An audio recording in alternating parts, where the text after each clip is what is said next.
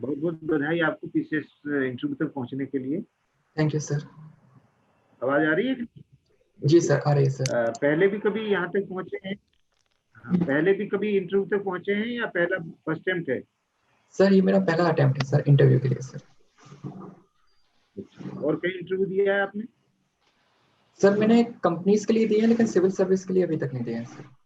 अच्छा, कोई बात नहीं। आप महुआ के रहने वाले हैं? जी सर। महुआ का ऐतिहासिक महत्व क्या है? सर महोबा का ऐतिहासिक महत्व सर 3 पॉइंट में मैं आपको बताना चाहता हूँ सर। पहला पॉइंट बोलिए। सर ये बुंदेलखंड का एक हिस्सा है जिसका जजाक भुक्ति नाम से पुराणों शास्त्रों में इसका वर्णन मिलता है। दूसरा महत्व सर इसका कालिंजर और आलाउदर के कारण सर चंदेल वंश की राजधानी रही है सर। और सर तीसरा इसका जो इस समय अभी ये सामसायिक महत्व में रह रही है सर, क्योंकि यहाँ पे एक बहुत बड़ा सूखा राहत कार्यक्रम भी शुरू किया गया है, इसका सर इसका महत्व है सर। ये कालिंजर का फोर्ट कहाँ पे है? Sir Kalinjar fort sir Banda में सर, पहले ये पूरा एक ही क्षेत्र माना जाता था, लेकिन अब इसको डिवाइड कर दिया गया महोबा बांदा वगैरह में सर। पहले कौन सा क्षेत्र माना जाता था? पहले सर ये बांदा में था सर, बांदा मतलब नहीं, पहले सर ये। हाँ, जी सर। हाँ, पहले क्या माना जाता था? एक क्षेत्र। सर पहले सर कालिंजर नाम के से प्रसिद्ध था महोबा में कालिंजर किला था, लेकिन कालिंजर बाद में सर ये बांदा में माना जाने लगा सर। माना जाने का वहाँ है ही है, वो तो बांदा के जी पास तो है कालिंजर जगह।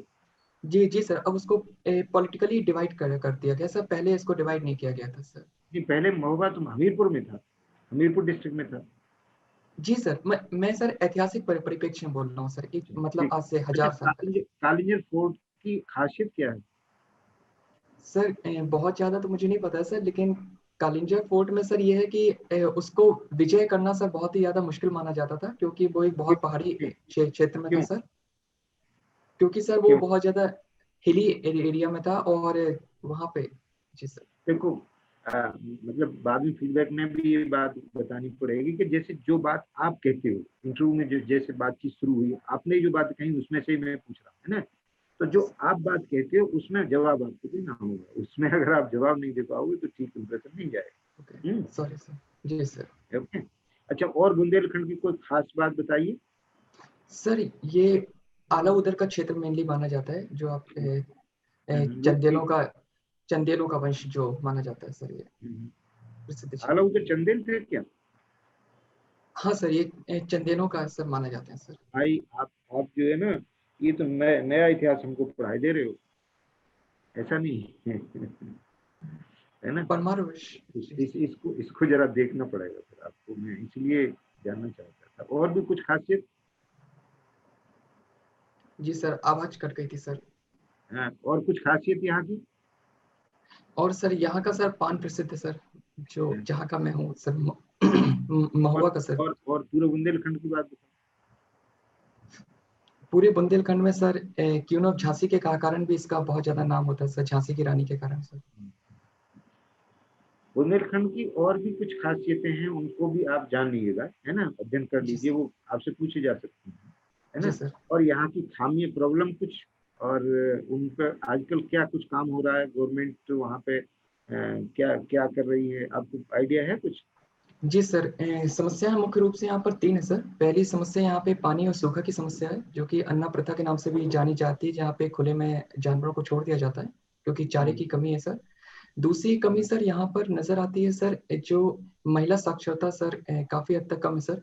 अ, और सर दूसरा और जो तीसरी कमी है सर, कि यहाँ पे सूखा का जो क्षेत्र है बहुत ज्यादा है।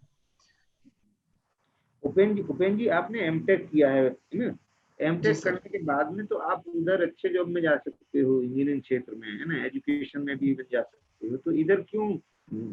आपको पता है यहाँ पर कितनी प्रॉब्लम्स हैं प्रशासन में आने के बाद में, कितने प्रेशर्स हैं? आदमी कभी कभी चाह करके भी काम नहीं कर पाता है, जो अच्छा काम करना चाहता है, कभी कभी वो कुछ बात कहता रहता है, उसकी कोई सुनता नहीं है, तो क्यों इधर आना चाहते हैं? जी सर, मैंने अपना सिविल सर्विस का सर ग्रेजुएशन के बाद ही अपना श्योर कर लिया था कि मैं सिविल सर्विस के लिए जाऊंगा। लेकिन एक डर ये भी था कि यदि सिविल में थोड़ा सा टाइम लग जाता है तो क्या मुझे आर्थिक प्रेशर, जो इकोनॉमिकल प्रेशर होगा, उसको मैं हैंडल कर पाऊंगा। तो मैंने सोचा था कि सर मैं एक बार एमटेक करूंगा, ताकि यदि उसी के साथ यदि मैं पैरेलल जॉब करता हूँ तो मैं अपनी स्टडी को सर कंटिन्यू भी कर सकूंगा सर। अच्छा, चलो कोई बात नहीं। कुछ न कुछ तो कहना ही पड़ेगा। ओके, अच्छा ये बताओ, ये जो पेंडेमिक है वर्तमान में चल रहा है ना? जी सर। तो जी सर। अब तो उसमें ये स्थिति है, वैक्सीनेशन आ गया है, वैक्सीन आ गई है उसकी, जी और सर। वैक्सीनेशन हो रहा है, लेकिन उसकी जो रेट है, वैक्सीनेशन रेट है, वो अपेक्षित नहीं हो पा रही है। क्या कारण लग रहा है आपको? वैक्सीन की सर रेट मतलब in terms of cost sir? नहीं, मतलब कि वैक्सीनेशन की जो हम्म, रेट है ना, तो हम्म। वो जितनी होनी चाहिए उतनी नहीं है, लोग नहीं लगवा पा रहे हैं, लगवा रहे हैं। जी सर, अभी सर रिसेंटली अभी ये बात रखी भी गई थी इंडिया में कि जितनी ज़्यादा एक्सपोर्ट की जा रही है वैक्सीन, उतना ज़्यादा है यहाँ पे हमारे देश में लगाया भी नहीं जा रहा है, उसका बहुत बड़ा अमाउंट एक्सपोर्ट भी किया जा रहा है। पहला कारण है तो सर ये वैक्सीन डिप्लोमेसी भी हो सकता है, लेकिन सर दूसरा कारण ये है कि अभी प्रोसीजर में ये है कि सर लगातार म्यूटेंट्स भी बनते जा रहे हैं कि ब्राजील का, दक्षिण अफ्रीका का और यूके का। तो सर इस कारणवश भी लगातार रिसर्च चल रही है कि, और सर तीसरा ये कि हमारे पास अभी इसकी शुरुआती दौर है सर, आने वाले समय में काफी जब वर्क अमाउंट होगा तो सर मुझे लगता है कि काफी हद तक सर हो जाएगा सर। ये तो ये तो नेताओं की जैसी बात हो गई कि आगे हो जाएगा भाई, जो में वर्तमान में बात हो रही है ना। सर ये वर्तमान जी सर, ये सर शुरुआती दौर है तो हो सकता है सर आने वाले समय में सर अच्छा प्रोडक्शन होगा लेकिन तो कुछ सर। कुछ प्रॉब्लम है, सवाल किया गया है वो ऐसे ही नहीं किया गया, उसका कोई रीजन है ना, तो उसको आपको बताना चाहिए, पकड़ना चाहिए, जो चीज चाह रहा है बोर्ड, जो चाह रहा है ना, जो पूछने वाला जो चाह रहा है उसको पकड़ना चाहिए आपको। अच्छा ये बताइए कि ये जो सेकंड वेव के रूप में कई स्टेट में काफी ज्यादा हो रहा है कोरोना, है ना, जी सर। पर कहीं कहीं नहीं हो रहा है, जैसे दिल्ली में हो रहा है और दिल्ली के बॉर्डर पर नहीं हो रहा है, किसान आंदोलन चल रहा है वहां पे नहीं है और दिल्ली में है, जी यहाँ सर। पे जिन स्टेट्स में चुनाव हो रहे हैं वहां वहां पे क्या क्या स्थिति है, बोलो। सर जी सर, मेनली अभी आज की न्यूज़ थी तो जो सबसे ज्यादा ग्रोथ देखी जा रही है वो सर मध्य प्रदेश के सॉरी महाराष्ट्र में देखी जा रही है, जहाँ पे मुंबई उसका सेंटर पॉइंट है। और दिल्ली में भी देखी जा रही है, लेकिन उतनी ज्यादा आज तो केसेस नहीं थे, आजकल में केसेस कम आए हैं, लेकिन महाराष्ट्र में केसेस बहुत ज्यादा है। उसका मुझे लगता है कि इसका कारण ये हो सकता है कि लोगों के बीच में अभी भी थोड़ी सी जागरूकता की कमी है, जैसे कि मास्क वगैरह मतलब ना लगाने की हैबिट बीच में हटा देना, ये कारण हो अच्छा सकता है ये सर। जहाँ पे इलेक्शन हो रहे हैं वहां पे आप देख रहे हो कि न्यूज देख रहे हो, बंगाल में हो रहा है इलेक्शन और भी कई स्टेट में हो रहा है, वहां पे सर लोग मास्क लगाए हैं? सर वैसे वहां पे तो अभी ज्यादा नहीं लगाए हैं, कुछ ऐसा देखने को नहीं मिला है, लेकिन वहां वहां तो पे केसेस तो वहां कम तो है। नहीं, केस रिपोर्ट नहीं हो रही वहां से, क्या बात जी जी सर, वहां पे उतनी ज्यादा नहीं देखने को मिल रही, है? महाराष्ट्र तरफ ज्यादा है। कोई लेटेंट फैक्ट है क्या? सर आई थिंक सर मैं एग्जैक्टली आई थिंक मैं इन समझ सब नहीं पाऊँ। चीजों को देखो, एक ऑफिसर का इंटरव्यू देने जा रहे हो, है ना, तो जी सर। सिलेक्ट भी हो सकते हो, है ना, तो जी अगर सर। हो जाओगे, ऑफिसर हो जाओगे, तो इन सब चीजों को आपको जानना तो चाहिए। हम्म, जी क्योंकि सर। जब तक ये सब चीज जानोगे नहीं तब तक समस्याओं को के सॉल्यूशन पे नहीं पहुंच सकते, है ना। Okay sir. हम्म, जी सर। चलिए, और वर्तमान में उत्तर प्रदेश की क्या समस्याएं आपको नजर आती हैं? सर वर्तमान में उत्तर प्रदेश की 4 समस्याएं नजर आती हैं सर। पहली समस्या ये है कि अभी भी जो महिला साक्षरता वो 57% पे है। और सर दूसरी समस्या ये है कि जो अवैध खनन, जो बुंदेलखंड का जो क्षेत्र है हमारे पास का, कबरी वगैरह का, वहाँ पर भी खनन हो रहा है। और जो सर तीसरी समस्या वो भी लॉ एंड ऑर्डर की भी है कि कहीं ना कहीं माफिया वगैरह की कुछ समस्याएं हैं। और जो जो चौथी समस्या है सर जो इस समय है, वो सर कहीं ना कहीं जो करप्शन जो हो रहा है वो भी समस्या कहीं ना कहीं बनी हुई है कैसे सर। जो भी कैसे जो कंट्रोल सर किया जा सकता है इनको? सर यदि इसमें हम इंफॉर्मेशन टेक्नोलॉजी का यूज करें तो सर पहले पिलर में काम किया जा सकता है, जिसमें उत्तर प्रदेश सरकार ने किया है कि जो जितनी भी नीलामी वगैरह होगी वो कंप्राइज होगी। और सर दूसरा हो सकता है सर जहाँ पर इलेक्ट्रिसिटी वगैरह, तो तार तो है लेकिन वहाँ पे इलेक्ट्रिसिटी नहीं पहुँच पा रही, तो वहाँ पे सोलर पैनल वगैरह लगाए जाए, जैसे कि मेरे जो जनपद है महोबा, उसके पास करहला एक गाँव है, वहाँ पे 10 मेगावाट का एक प्लांट भी लगाया गया है। और तीसरी समस्या सर जो महिला साक्षरता की है, तो सर वहाँ पर उनको एक जैसे कि आंगनवाड़ी केंद्र हो गए, जो आशा हो गई, उनसे भी एक अवेयरनेस फैलाई जा रही है कि महिला साक्षरता में जो अपनी बच्चियों को पढ़ाया जाए, उनको एक और जिसके लिए मुख्यमंत्री सुकन्या मंगला योजना भी चलाई जा रही है ताकि उनको बेहतर किया जा सके। और हो गया कुछ पॉइंट्स। अच्छा चलिए ठीक है, आगे बढ़ाते हैं फिर, हैं। ओवर टू डीजीपी साहब। Okay, thank you sir. Upendra ji, good morning sir. Good morning. आपने एक शब्द का प्रयोग किया, म्यूटेंट। म्यूटेशन और म्यूटेंट से हम क्या समझते हैं? सर एग्जैक्ट डेफिनेशन तो याद नहीं, पर ये विज्ञान है, यहाँ एग्जैक्ट ही चलता, कयास नहीं चलता। कोई बात नहीं, अगला प्रश्न। आपने आल्हा का लिया, एक आल्हा एक विधा भी है काव्य की, आल्हा एक विधा भी है वीर रस कविता की। कुछ पढ़ा है आल्हा, शंकरगढ़ खंड वगैरह कुछ पढ़ा है? सर कुछ लाइनें याद है सर, वो सुना सकता हूँ। कुछ लाइनें, चलिए जो लाइनें आपको जो सर्वप्रिय है वो सुनाइए जरा। भुजा बहादुर फड़कन लागे, नाचन लगे मुझके वार, कटकट बोटी गिरे खेत पे, उकरुट रुंड करें टकरार, एक को मारे दुई मर जाए, तीजा खौफ खाए मर जाए, वरे ररिया मोहबे वाले, इनकी मार सही न जाए। जगने के आपके जहाँ के आप रहने वाले हैं उसका कई बार वर्णन आता, कहीं उसके वर्णन का, महोबा के वर्णन का सुना सकते हैं आल्हा में? जी सर, मैंने लास्ट लाइन में इसी बात को कहा था, बड़े ररिया मोहबे वाले, इनकी मार सही न जाए। आज मैं सुन नहीं पाया। और कोई है? चढ़ो बहादुर गढ़ महोबा पे, आगे की लाइन। सर एग्जैक्ट तो इस वाली लाइन चलिए में कोई कुछ बात लाइन नहीं, है, दूसरी लेकिन लाइन ये मैंने सुना है कि पहले युद्ध के पहले सेनाओं को आल्हा सुनाया जाता था। जी सर। और अंग्रेज भी पुलिस बल को मुठभेड़ के पहले आल्हा सुनाते थे। इसका क्या भाव हो सकता है, आल्हा सुना करके युद्ध क्षेत्र में झोंकना? सर उसके 3 कारण हो सकते हैं जैसा मुझे लगता है। पहला कारण ये हो सकता है कि उनको खुद के लिए तैयार किया जा सके, कि अपने आत्मसम्मान के लिए उनके अंदर एक मोटिवेशन दिया जा सके। हाँ, युद्ध ही आपकी एक लक्ष्य है, जिसके लिए कहा जाता है कि 12 बरस को कर जिए, 13 बरस जिए से यार, 18 बरस जिए छत्री आगे जीवन को धिक्कार, ऐसा कहा जाता था। और सर दूसरा कारण ये हो सकता है कि उनकी जो मजबूरी है, उनको ये ना लगे कि उनको प्रेशराइज किया जा रहा है भेजने के लिए। वो खुद के लिए तैयार हो जाए कि हाँ मुझे युद्ध करना है। एक वीर रस जो चारों भाट थे, वो जो गाते थे, उनके मन में ऐसा लगे कि हाँ मुझे युद्ध करना है। ये सपनों का निर्माण कर रहे थे, यथार्थ में जी रहे थे, या केवल कल्पना शक्ति की उड़ान थी? आपका मत क्या है इसमें? सर ये समय की बात है कि वो सामंती व्यवस्था थी जहाँ पे जड़ जोड़ू जमीन के लिए युद्ध किया जाता था, और उस युद्ध में यदि आप नहीं करोगे तो दूसरे आके आप पर मतलब दबाव बना के आप पर मतलब राज करेंगे। तो इस जगह हो सकता है सर उनको तैयार करने के लिए कि या तो आप ही फाइट करो या फिर आप पर दूसरे राज करेंगे सर।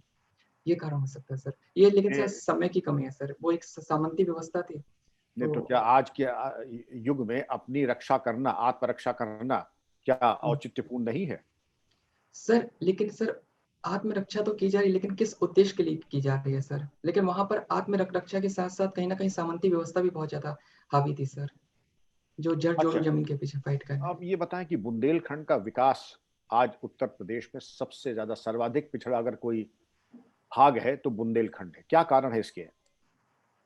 सर उसका जो अभी रिसेंटली पार्लियामेंट्री डिबेट भी हुई थी अभी 10 दिन पहले, जिसमें सबसे पहले हमारे जो माननीय मेंबर ऑफ पार्लियामेंट थे उन्होंने इस बात को कहा था।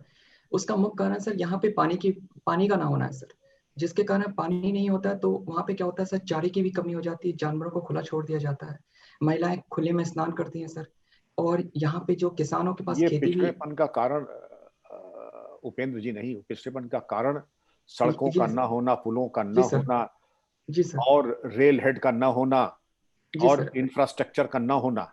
इसके ये ऐसा क्यों हो गया?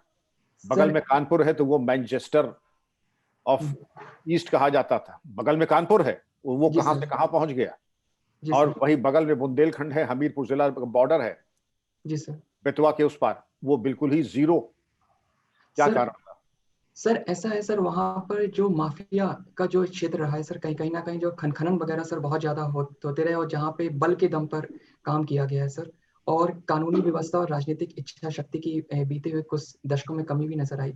लेकिन सर अभी रिसेंटली जो पैकेज लगाया गया है, जो ऑनलाइन प्रक्रिया की गई, तो उसको बेहतर किया जा रहा है। अच्छा, आपका तकनीकी बैकग्राउंड है, ये बताएं, ये खनन नाजायज हो रहा है, आप अगर टेक्नोलॉजी का इस्तेमाल करें, ड्रोन टेक्नोलॉजी और आर्टिफिशियल इंटेलिजेंस, तो क्या खनन के ऊपर आप नियंत्रण कर सकते हैं? ड्रोन टेक्नोलॉजी और आर्टिफिशियल कैसे करेंगे उसको?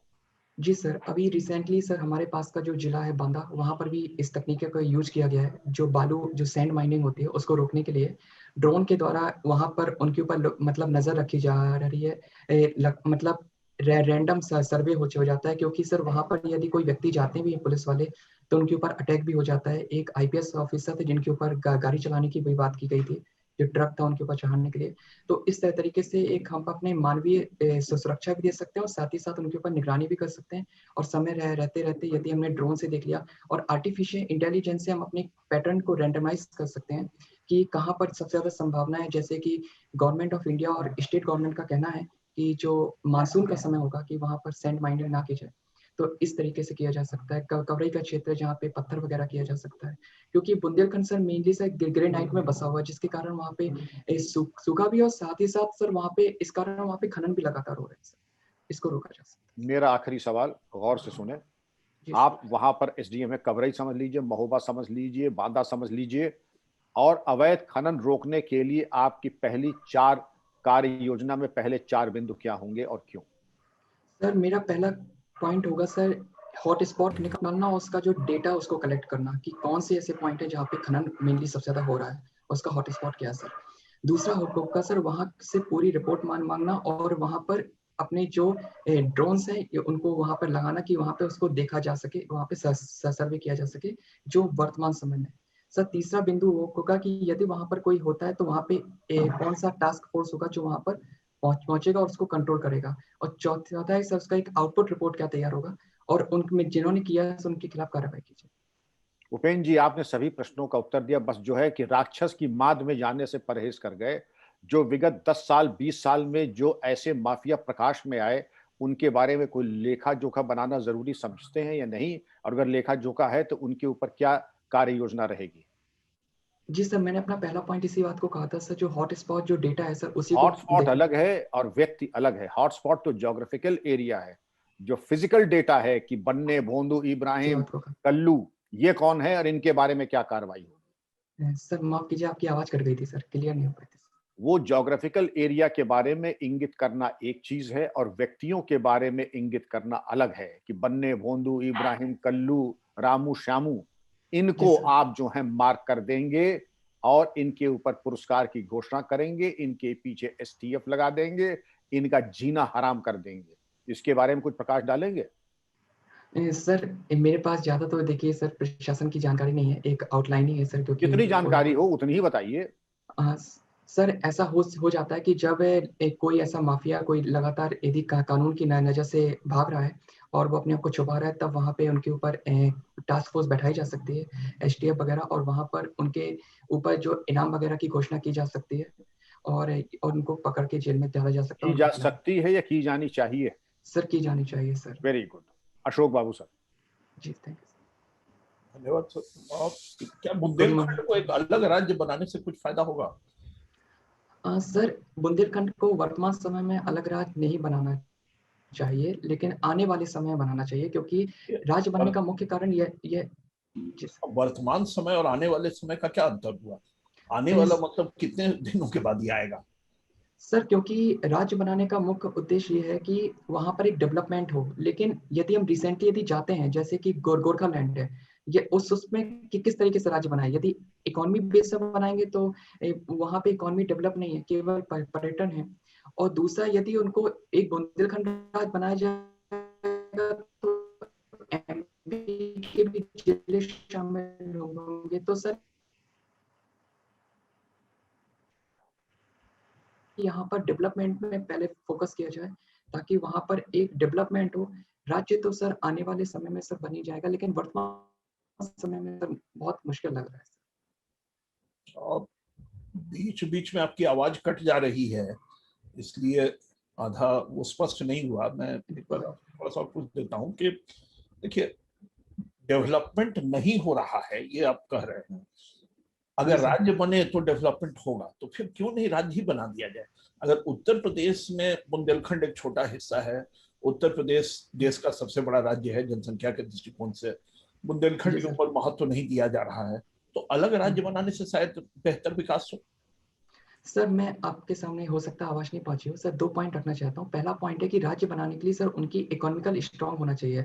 यहाँ की इकोनॉमी सर केवल पर्यटन पे है, वो भी पर्यटन पूरा विकसित नहीं इकोनॉमी सर। स्ट्रांग होगी कैसे? इकोनॉमी तो कभी स्ट्रांग होगी ही नहीं जब तक यूपी का भाग रहेगा। मैं कह रहा हूं कि तो उसकी संभावना ही नहीं नजर आ रही है। जी सर। सर इकोनॉमी जब तक स्ट्रांग नहीं होगी तब तक सर राज्य भी तो नहीं बनाया जा सकता, क्योंकि ये तो फजल अली आयोग ने भी इस बात को 1953 में बात को कहा था कि बिना एक इकोनॉमिकल स्ट्रांग बैकग्राउंड के नहीं बनाया जा सकता।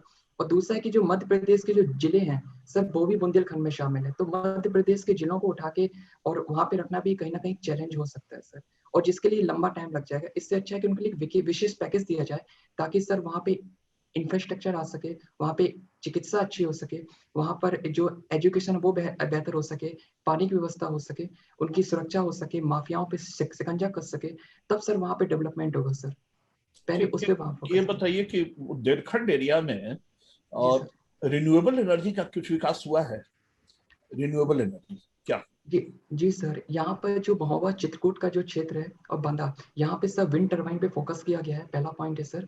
दूसरा पॉइंट है सर, जो मेरे महोबा जनपद है सर, वहाँ पर करेला में 10 मेगावाट का इस्टेब्लिश किया गया है एक विंड सोलर पैनल। और सर तीसरा बात यह है कि सर यहाँ की भूमि कुछ बंजर भी होती जा रही है डिजर्टिफिकेशन के कारण सर। यहाँ पर हमारे द्वारा कुछ ऐसे प्लांट्स लगाए जा सकते हैं जिसको और बेहतर किया जा सके। और यहाँ पे जो झांसी वाला क्षेत्र है, जो वहाँ पे माटा टीला में हाइड्रो पावर प्लांट की भी शुरुआत की जा रही है सर। पूरे देश के लिए वर्तमान टारगेट क्या है 2022 तक रिन्यूएबल एनर्जी का? 2022 सर रिन्यूएबल जी power. Sir. Sir total 175 gigawatt है, जिसमें 100 गीगावाट सोलर का है, जिसमें 660 हमारे पास जो रोड वगैरह में है, और 440 रूफटॉप में है। और जिसमें बाद में 60 विंड विंड के लिए है, 10 बायोमास प्लांट के लिए है, और सर 5 और है सर, मुझे एक्चुअली यूपी के याद नहीं लिए आ कितना लक्ष्य है? यूपी का लक्ष्य कुछ जानते हैं आप? रहा सर। माफ 175 में? कीजिए, नहीं। याद नहीं सर, अच्छा, माफ कीजिए। अब ये समझाइए, आप इलेक्ट्रिकल इंजीनियरिंग आपका बैकग्राउंड है, जी कि ये सर। रिन्यूएबल पावर में क्या टेक्निकल प्रॉब्लम्स आते हैं इसको सप्लाई करने में जी सर, ये ट्रेडिशनल मेरे साथ। कन्वेंशनल पावर की तुलना में? कन्वेंशनल जो होता है परंपरागत विद्युत, क्या जी सर। Technical problems? सर ये मेरा सर एमटेक का प्रोजेक्ट भी था, जिसमें पहला प्रॉब्लम सर ये होता है कि इनको प्रिडिक्ट कर पाना मुश्किल होता है कि विंड की स्पीड कितने समय कितनी होगी, क्योंकि हर समय उसकी मैकेनिक्स चेंज करनी होती है। इसके लिए आर्टिफिशियल इंटेलिजेंस का यूज किया जाता है। लास्ट 30 ईयर्स का मैंने डेटा लिया था, उसको प्रिडिक्ट करना एक मुश्किल होता है कि कितने में सन होगा, कब बादल आएंगे, तो कब उसका पैनल कितने में एंगल में मूव करना चाहिए। चैलेंज होता है पहला। सर दूसरा चैलेंज होता है जब हमारा जो पावर जनरेट होता है वो सर डीसी पावर होता है। जब उसको हम एसी में कन्वर्ट करते हैं तो उसके साथ रिएक्टिव पावर को भी शामिल करना होता है, जिसके साथ कंडेंसर वगैरह को भी एक लगाना एक चैलेंज हो जाता है सर, क्योंकि रिएक्टिव पावर डाउन नहीं होना चाहिए टेक्निकल में सर। सर तीसरा ये होता है कि सर इनको जो कभी कभी इनके जैसे कि विंड लगाने के कारण इनको बाहर लगाना होता है, क्योंकि सर एक पॉल्यूशन भी करते हैं, जैसे नॉइस पॉल्यूशन होता है जहाँ पे विंड वगैरह होता है। और सोलार में जैसे अभी रिसेंटली 10 दिन पहले सर तेलंगाना में सर जो पानी वगैरह होते हैं, जो फ्लोटिंग, जो सबसे बड़ा अभी प्लांट हाउस लगाया गया है तेलंगाना में, तो सर वहाँ पे एक समस्या ये आई है कि सर जो इंसोलेशन का प्रॉब्लम होने लगता है यदि वहाँ पे लगाते हैं। और यदि भूमि पे लगाते हैं तो कहीं ना कहीं हमारे पास जो भूमि की क्या होगी, कमी होगी, वो भी उस समय जब सबसे ज्यादा आने वाले समय में पॉपुलेशन होगी। और सर पांचवी प्रॉब्लम ये है सर, जो 2060 तक सर सोलर पैनल में ई वेस्ट उतना ही हो जाएगा सर, जो जितना वर्तमान में पॉलीथीन में, जिसको लेके एक चैलेंज है, और साथ ही साथ इसको बाहर से आयात किया जा रहा है सर।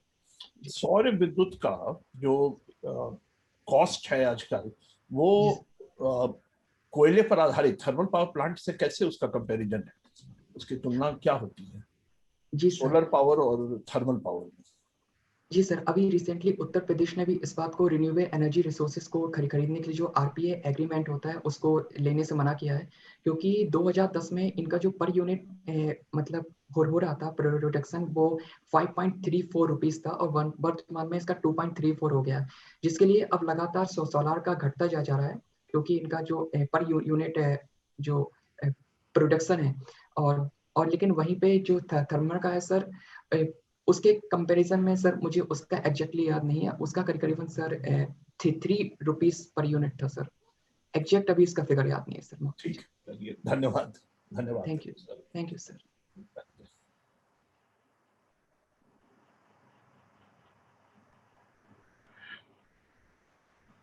चेयरमैन सर फीडबैक दे दें।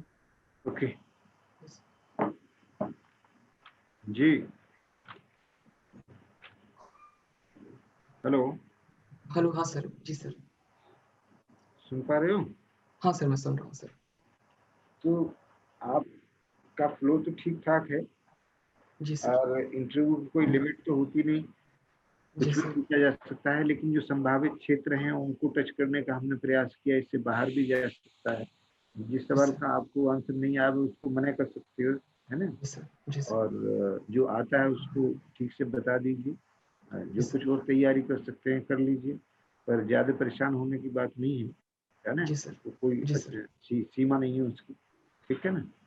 जी सर। बाकी तो सफल होना चाहिए आपको। All the best. सर एक सवाल था आपसे, यदि आप मुझे जवाब दें। हम्म। सर जैसे कि बुंदेलखंड का जो क्षेत्र था वो मेरे मतलब निकल गया, ठीक है। पहला सवाल ये था कि बुंदेलखंड का सर मेनली तो मुझे बोलना नहीं चाहिए, मुझे महोबा बोलना चाहिए, उसमें ज्यादा टारगेट करना चाहिए, क्योंकि यदि नहीं, ऐसा यदि कुछ। महुआ भी बोलोगे तो जिसको बुंदेलखंड में जाना है वो बुंदेलखंड ले जाएगा आपको। तो बुंदेलखंड की जो खासियतें हैं उनके बारे में आप थोड़ी जानकारी कर लीजिए। बुंदेलखंड माना कि बहुत सारी चीजों की कमी के कारण जाना जाता है ना? जी सिंचाई की जी कमी है, पैदावार की कमी है, अब विकास भी हो रहा है। क्या क्या नई स्कीम है वहाँ पे जो आ रही है, वो पता है आपको? जी। डिफेंस सर कॉरिडोर, आपकी आवाज कट गई थी सर। डिफेंस हाँ हाँ कॉरिडोर, जी, है हाँ ना? जी सर, और डिफेंस कॉरिडोर चित्रकूट बांधा, ये इसके जहाँ से। बावजूद जो वहाँ की अच्छाइयाँ हैं कि वहाँ पे शुद्ध, मतलब केमिकल्स का इस्तेमाल कम है खेती में, तो कम शुद्ध है जी अनाज और सर। शुद्ध दवाई और नहीं है वहाँ पे, है ना? और दूसरा ये है कि उस क्षेत्र ने बहुत बहुत काम जो उसके इम्पोर्टेंट हैं वो ये है कि ब्रिटिश एम्पायर को चैलेंज करने वाली थी तो बुंदेलखंड की थी, झांसी की रानी, यस है सर। ना? जी सर। रामचंद्र जी पे जब विपदा आई तब चित्रकूट में आके उनको, ओ है या ना? सर, चित्रकूट तो है, हाँ ये इसको मेंशन करना चाहिए था जी ये सर। चीजें हैं, तो हम्म। वो आपको पता करनी चाहिए। कालिंजर का सर किला की ऊंचाई पे है हाँ, वो, है ना? ऊंचाई में है, हाँ सर। तो इसलिए उसको फतेह करना बहुत मुश्किल है। कभी जाओ तो देखना उसको, अगर मौका जी लगे सर। तो वो ऐसे चढ़ाई पे है। जी सर। तो वहां पे उसको कब्जा करना, उसको कैप्चर करना, उसको जीतना मुश्किल काम सर सर जो वैक्सीन वाला आपने सवाल पूछा था सर, ये जवाब मुझे सर प्लीज सा बता देते तो बहुत सही रहता। पूछा जा सकता है, ये मुझे देखो, पता नहीं है। वैक्सीन के संबंध में ये है कि वैक्सीन के बारे में एक तो ये है कि जो वैक्सीन से कुछ जो डेथ्स हो रही है ना, उससे हम्म। आदमी डरा हुआ है। जी और सर। कुछ जो है ये है कि वैक्सीन से ये नहीं कहा जा रहा है कि वैक्सीन लगवा लोगे तो आप पक्का फिर सुरक्षित हो जाओगे। उसके जी बाद सर। भी है कि मतलब आपको दोबारा से वैक्सीन हो सकता है ना? तो जी सर। ये जो कंफ्यूजन्स है ना, तो वो उसकी रेट को, जो मैं समझता हूँ उसकी रेट को कम किए हुए, तो इस जी पे गवर्नमेंट को ध्यान देना चाहिए। सर बस लास्ट क्वेश्चन है, बस उसके बाद मैं कवर कर। सर एक सवाल आपसे मैंने पूछा था, जब मेरे जवाब से मुंह से निकल गया कि म्यूटेशन वगैरह के लिए, और फिर सर ने बाद में सवाल फॉरवर्ड कर दिया, तो सर बाद में उसको माफी मांग लिया कि सर मुझे नहीं याद है। तो उसमें सर कोई दिक्कत हो जाती है, जैसे कोई कि बात कभी कभी इंटरव्यू में। कोई बात नहीं। वहां पे तो आपका टेम्परामेंट और आपका पर्सनैलिटी देखा जाएगा कि आप किन परिस्थितियों में, चैलेंजिंग परिस्थितियों उसमें काम कर सकते हैं कि नहीं, आप कंसील तो नहीं करते हैं कोई चीज, आप ये सब देखा जाता है। ये बहुत मायने नहीं रखता। आप क्वालिफाई करके तो आए, ये नहीं देखा जाता कि इसका सवाल आपका जवाब इसको आता था कि नहीं। हाँ हाँ, जिनको जो चीजें आती थी, जो आनी जी सर। चाहिए, जो आपकी जी सर। सराउंडिंग है, उसके जी बारे सर। में आपको अवेयर होना चाहिए। ये सब महत्वपूर्ण चीज thank you sir, thank you so much sir, thank you all of you sir. बेन जी, आप एक अच्छे कैंडिडेट हैं, आत्मविश्वास के साथ आपने उत्तर दिए। तैयारी, अभी आपका इंटरव्यू किस तारीख को है? सर मेरा 5 तारीख को सर, 5 अप्रैल 5 को सर। तारीख को। अभी आपके पास लगभग 4 दिन हैं। इसमें जी थोड़ा सर। पहले जिन जिन प्रश्नों पर आप थोड़ा असहज लग रहे थे, हम्म। विशेषकर 1857, बुंदेलखंड, अंग्रेजों के द्वारा हाँ विनाश का न करना, इन तमाम जी चीजों सर। के उत्तर तैयार रखिएगा। और जी बाकी सर। पर कार्रवाई में अब तक हम क्यों, हमारा प्रति उत्तर माकूल नहीं था, इसके ऊपर भी कर लेंगे। ये सिपाही जी की सर। घटनाएं, अफसर मारे जाएं, ये कोई संतोषजनक स्थिति नहीं है। हम कहाँ चूक हुए, हमारी क्या कमियां थी, हमारे क्या स्ट्रेंथ हैं, और क्या इतनी गहरी है माफिया की जड़ें कि अब तक हमें कुछ और समय लगेगा। इन सब चीजों के बारे में तैयार होके जाएंगे। जी सर। निश्चित। Thank you, all the best. Thank you sir. और बाकी चीजों में भी आपका ठीक ही था, राज्य जी वगैरह सर। में कोई बहुत ये नहीं है कि कोई स्पष्ट टाइप का दृष्टिकोण है। आपने डिफेंड किया, आपने अटैक करने पर भी डिफेंड किया, अच्छी बात। पावर वगैरह के बारे में भी आपकी जानकारी ठीक है, क्योंकि आपका एरिया है, इलेक्ट्रिकल एनर्जी, बीटेक एमटेक दोनों है, तो मैं समझता हूँ ये सब अच्छा है। थोड़ा बहुत और बुंदेलखंड के ऊपर ध्यान दीजिए। हाँ ये सर, बुंदेलखंड के बारे में बिल्कुल भी नहीं पढ़ा था, और अच्छा किया आज मैंने इंटरव्यू हो गया, अब मैं अच्छा कर लूंगा। ठीक, ये पूछा जाएगा जरूर, पूछा जाना चाहिए। 4 दिन में अच्छे ढंग से बुंदेलखंड तैयार कर लूंगा सर। बहुत अच्छी बात है। All the best Upendra Gupta ji, आपका इंटरव्यू समाप्त होता है। Thank you sir, thanks a lot.